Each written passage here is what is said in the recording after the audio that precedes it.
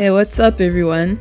It's me, PonyOfTheSea, the queen of consistency, back again after about 8 months since my last YouTube video. And let me catch you up on what I've been up to during this time.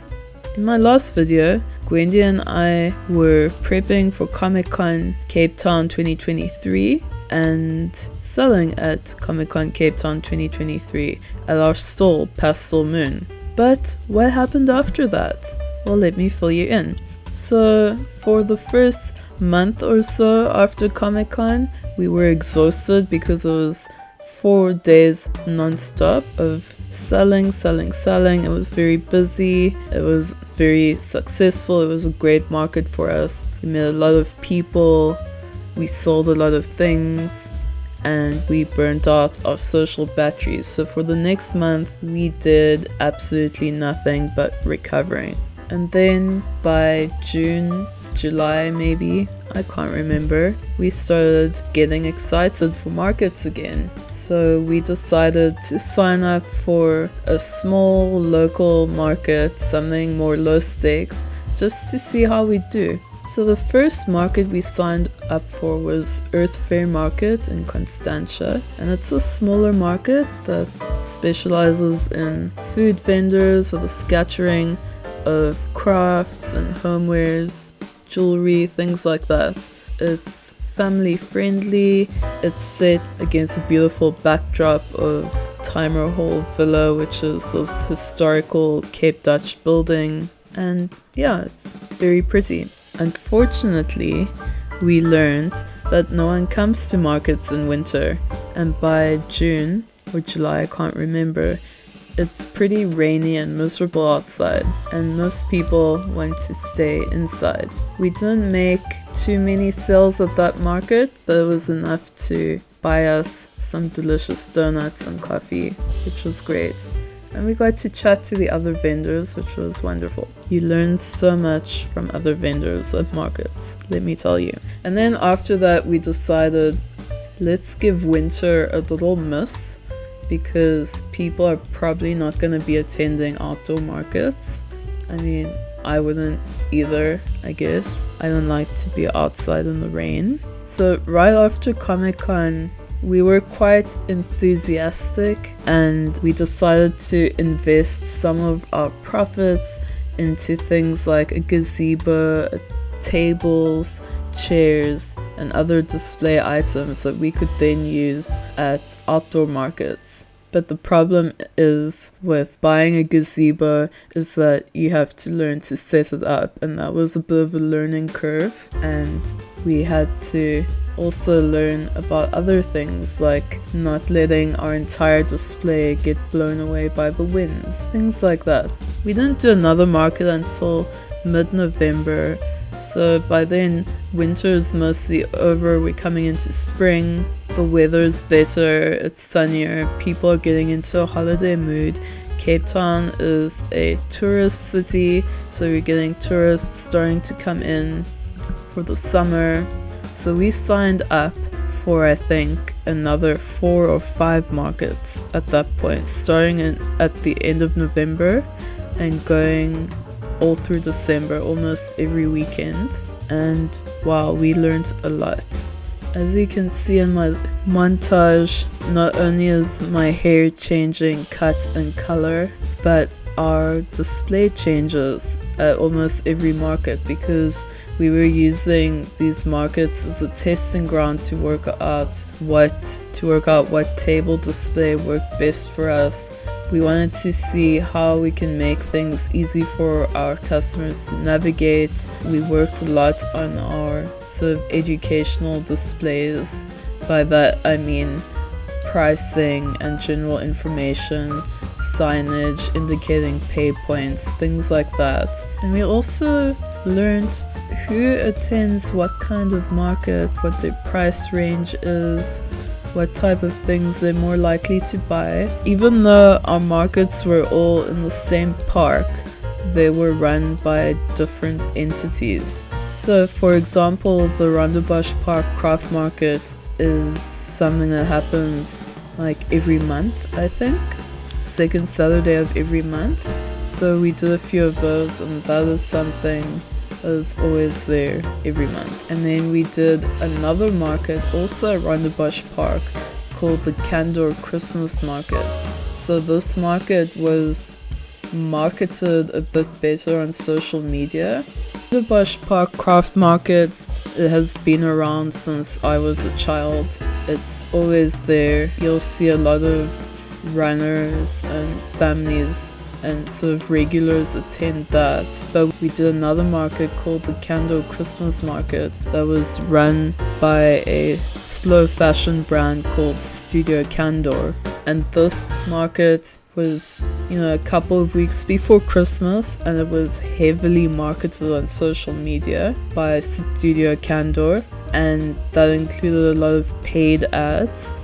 And the vendor mix was inclusive of many local brands, from fashion to art to homewares, all sorts of things. And I think that marketing element really helped the market, because that market was packed compared to your regular Rondebosch Park craft market. Each type of market has its value. Of course, you're gonna sell more things before a special holiday like Christmas that's predicated on gifting, and this gave us a chance to test out products that were directly catered towards that holiday.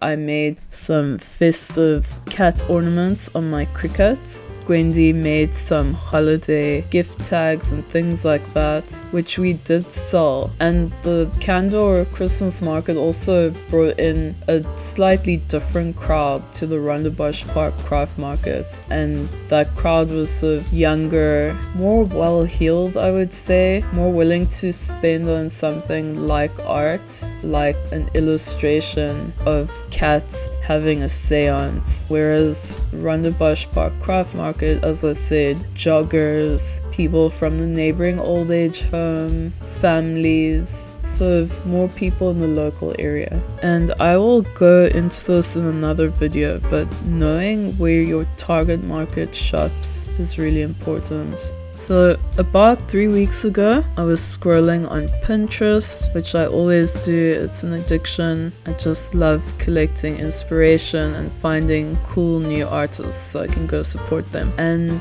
imagine my surprise when I'm scrolling Pinterest and I see a pin by Etsy featuring my artwork. I don't sell on Etsy, and I did not put my art on this pin in this weird mock-up. So I clicked on the link in the pin, and I was taken to a store page run by someone named John, probably not his real name, in Spain. And guess what?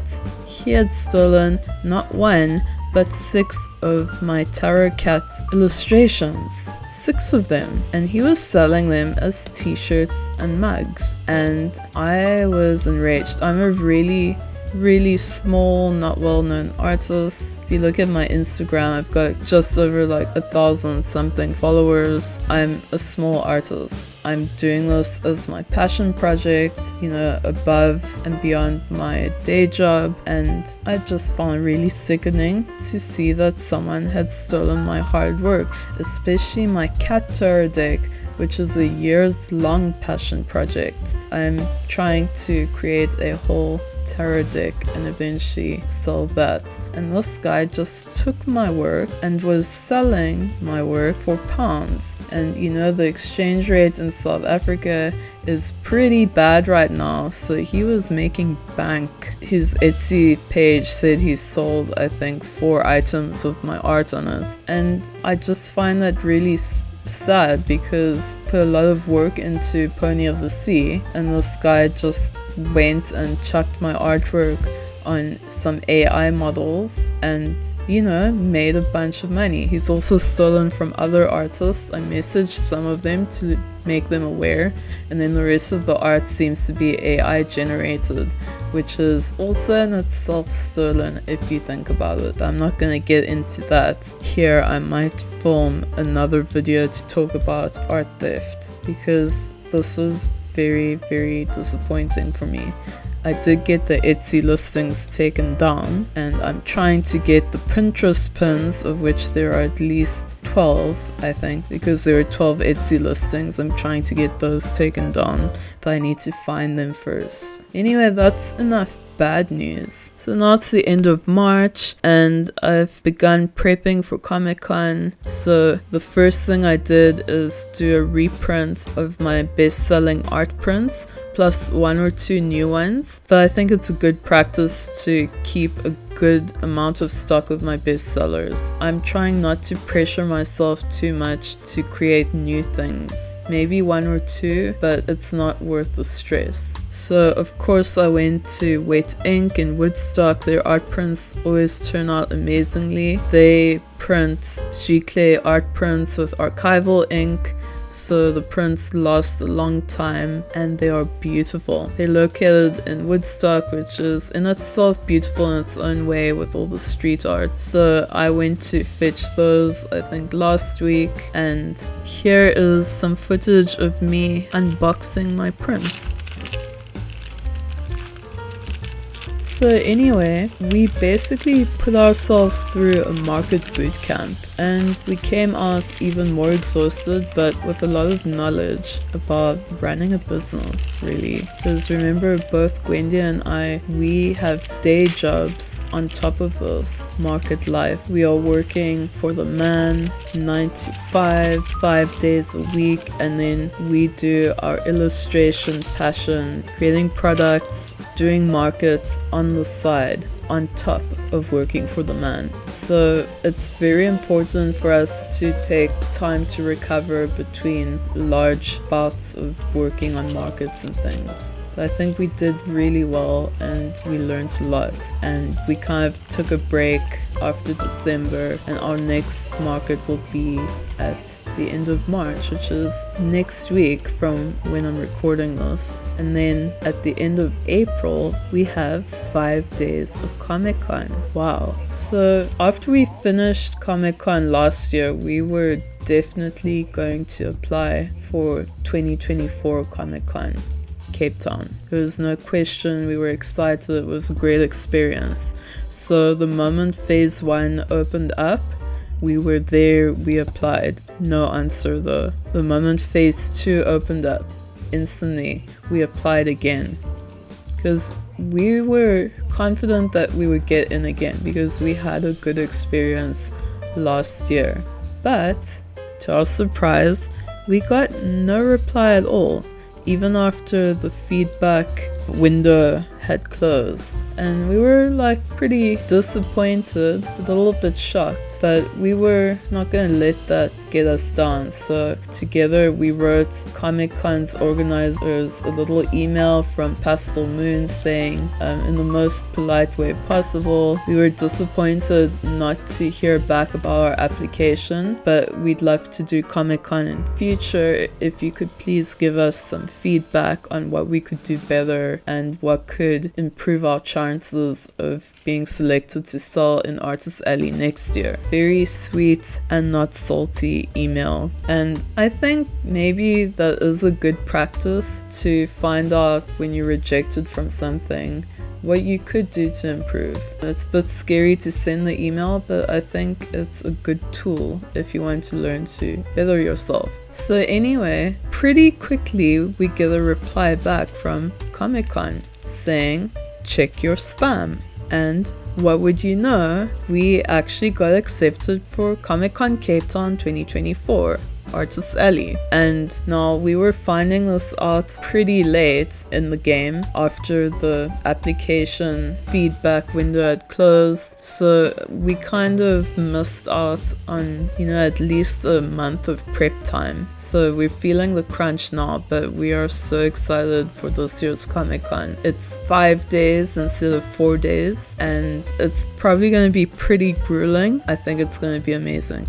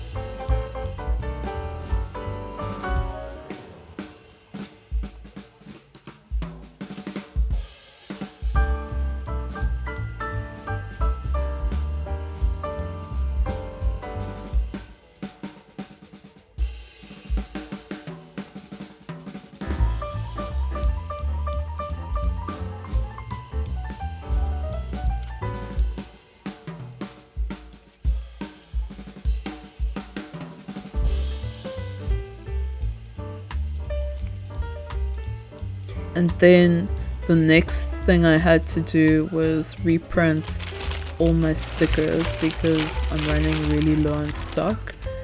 And for that I go to Plico Print Studio in Somerset West.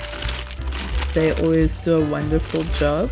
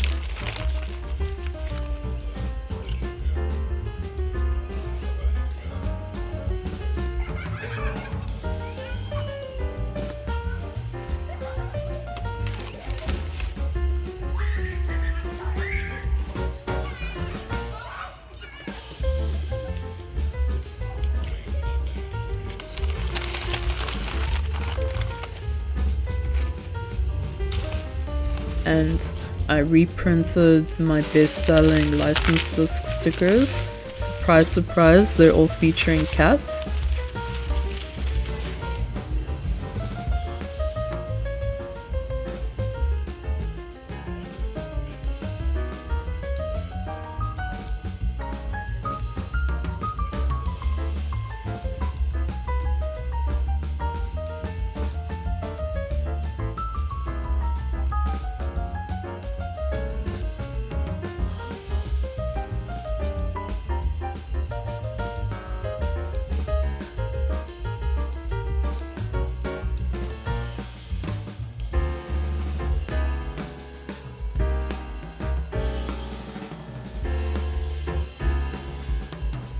And then what I did with my holographic stickers is I printed the best sellers and then I added in like 2 or 3 new designs which I prototyped on my Cricut first before, you know, deciding to go all in.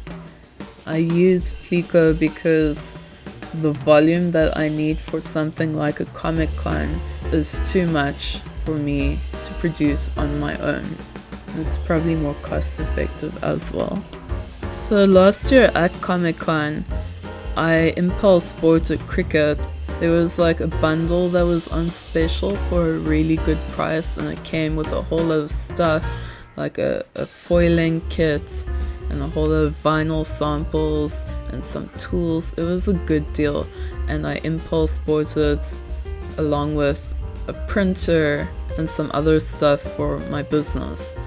And I didn't use it for like 2 months, but when I did start using it, I found it was a great tool for prototyping products and even for making very limited runs of stickers and other things. Like I made little Christmas ornaments.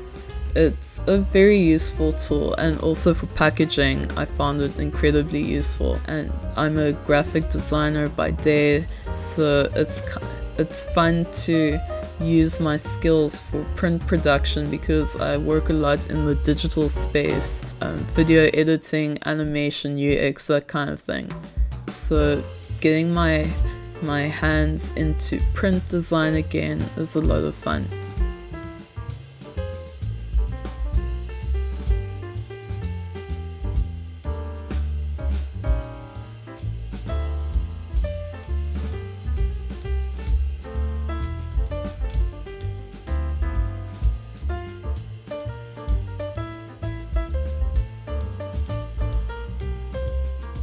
We also signed up for 2 Candor markets, the same Candor as the Christmas market, for the end of March, beginning of April, so I was also restocking to sell at that market. And in addition to that, I sell at a shop in Cape Town city centre at the garden centre called Fabricate. It sells gifts and goods created entirely by local artists and designers. It's a gorgeous shop, make sure you visit it. There's lots of unique things you won't find anywhere else. And yeah, so I had to drop off a bunch of stock at Fabricate. I just like to keep them topped up, and then the rest is for my markets. I'll probably need to restock again on payday, which actually might have been today. So remember, I work a day job and then that kind of funds my passion projects. Yeah, so I'll probably restock once more on my prints and stickers just to make sure I have enough to cover these 3 markets. So if you watched my Comic-Con prep video from last year, you might remember that I did a mock-up of our Pastel Moon stand in, I think, Spline or WAMP, which is a browser-based 3D program. Well, in the past 8 months I've been busy learning Blender, so I've leveled up my mock-up game after doing the famed donut tutorial by Blender Guru, and I think it's safe to say that I've got a much more realistic stand mock-up this year. I just need to learn how to model the wire cubes that we use as our stall structure. But otherwise, I think it's a cool indication of what to expect at Comic-Con. I've modeled everything to size as well.